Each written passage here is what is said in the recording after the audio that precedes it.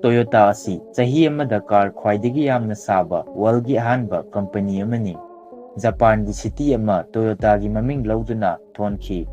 Toyota asi matam amada textile business ama oirami.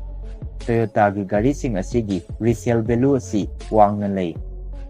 Number 1. Koromo City na company asigi mai pakpagi matung inna masagi maming Toyota haina thonki.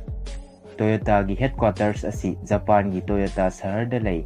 Ahanbadadi Toyota City asi Koromo haina kaunarami. Adubu 1959 da company asina chauna mai paklakpadagi Koromo City asi Toyota City haina maming onki. Number 2. Toyota hariba brand asi ahanbadadi Toyota haina kaunarami. Toyota gi mamangda brand asi Toyota haina khangnarami. Brand asigi maming asi masigi founder Sakichi Toyota gi maming lauraga thonkibani. Masi lingkhatringai chahi amagi mamangda Toyota company na masigi ming change tawba yauna logo contest ama pangthoklami. Company asina Toyota da vote pirami. Maramdi Japanese londa masigi good luck haibadi laibak fabaga mari leinaba stroke nipal lay. Number 3. Fund donate tawbagi mahutta Toyota company na masigi engineer sing New York Food Bank ta tharami. New York Food Bank ta grant singa loinena mating pangkhiba atopa company singa manadana Toyota company na makhoi engineer singbu kitchen da mating pangnaba thaki. Makhoi na kaizen haina kauba art ama implement tawduna ahongba ama lahalami. Masigi fal oina soup kitchen adubu ngaibagi matam asi 90 minutes dagi 18 minutes da hanthalami. Number 4. Jet Army singna Toyota sing sizinaduna 1997 da Libyan singbu maithiba pirami. 1997 da thokiba Toyota war da Jedian Army singna Toyota sizinaduna Libyan singbu maithiba pirami. Jedian military na Toyota gi heavy duty truck sizinaduna BMP-1 infantry vehicle 33 battle tank 92 amadi Lanmi 700 hena mangtahanki. War asida Jet Army gi maikaida Toyota truck ahum khaktang mangtakhi. Number 5. Toyota Corolla asi Afghanistan singi favorite car ni. Aikhoina world gi country ayambada Toyota vehicle asi uba phangani. Afghanistan dadi miyoi ayambana Toyota Corolla hairiba car asi yamna pamnaba ama oiri. Gari makhal asi parking ayambada marang kaina uba phangi. Number 6. 1995 ki World Rally Championship da Toyota company na namthak ama tawki. 1995 ki World Rally Championship da Toyota company si namthak tawbagidama phaki. Makhoigi engineer singna makhoigi gari singda 50 bhp boost piba turbo restrictor sing lauthoklammi. Group A category da laiba gari khudingma 300 bhp lainanaba order tawrami. Maram asigidama Toyota company si 12 months ki oina ban tawrami. Number 7. Malaysia government na Brad Pitt Toyota advertisement sing ban tawrami. 2002 da Toyota company na Brad Pitt pu Altis car gi makhal ama Malaysian customer sing da advertise tawnaba recruit tawrami. Adumoinama country adugi deputy information minister na advertisement adu ban tawrami. Amadi mahakna makhata na haiki madudi khongthang asi lana lamjingbani. Amasung masina Malaysia gi miyamda hena thak nemba phawhanbani. Number 8. Florida da laiba nupi amana mangonda Toyota ama pibagi mahutta Toyota ama pibagi dama hutar singda wakatlami. Maming salaba American restaurant chain ama oiba Hooters na matam amada Florida da laiba Panama City da beer yonbagi contest ama pangthoklami.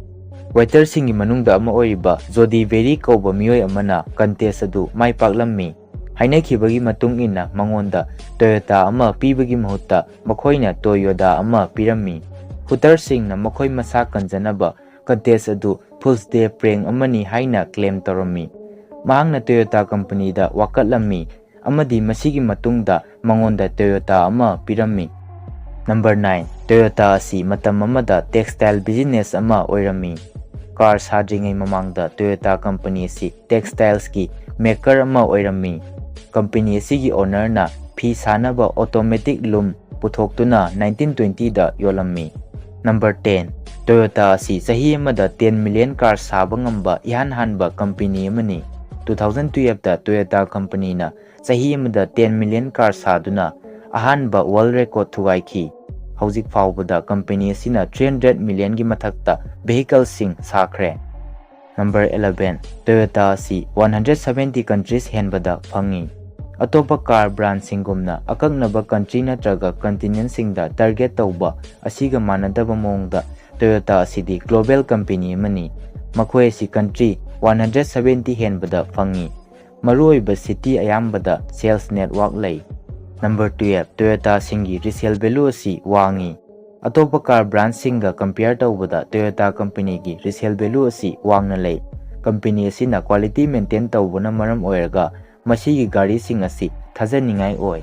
Gari sing asi phajana sijanarabadi 10 years henna serve tawba ngamgani. Toyota company gi gari sing asigi resale value asi 50% amadi 70% henna lay. Number 13. Toyota company na masigi ihanhanba car the Toyota A sakhi. Ngasidi masi Japan gi khwaidagi chawba company oire. World gi oina manga suba khwaidagi chawba company amadi khwaidagi chawba car maker oire. Worldwide oina masigi employee 3,64,000 hena lay. Nissan amadi Honda company anisi punsinbadagi Toyota mathantana paisa tanba heli. Number 14. Average oina Corolla ama globally 27 seconds khudingi yoli. Company asigi Corolla haina khangnaba car asi globally yenglubada 27 seconds khudingi car amadi yonba ngammi. Masi 1996 tadi 37 seconds da yolambani. Adubu 2013 da 27 seconds da hanthahanduna world gi miyamgi khwaidagi favorite oiba car ni haibasi utkre. Number 15. Toyota company si hojik phawba family business ama oiri. Hojik Toyota gi CEO oiba asi Akio Toyoda ni. Mahak asi company si gi founder Sakichi Toyoda gi macha masu singni. Number 16. Toyota asi green technology da yumpham oiba company mani. 2016 da masibu number 1 global green brand haina mingthon pirammi. Car maker singna hybrid car 9 million hena yonkre. Toyota na masigi product singda eco-friendly ohenbata natana planet asidasu friendly oiba mongda manufacture tawri. Company asina world sin thungbada research amadi development gi hiramda pung amada $1 million sading tawi.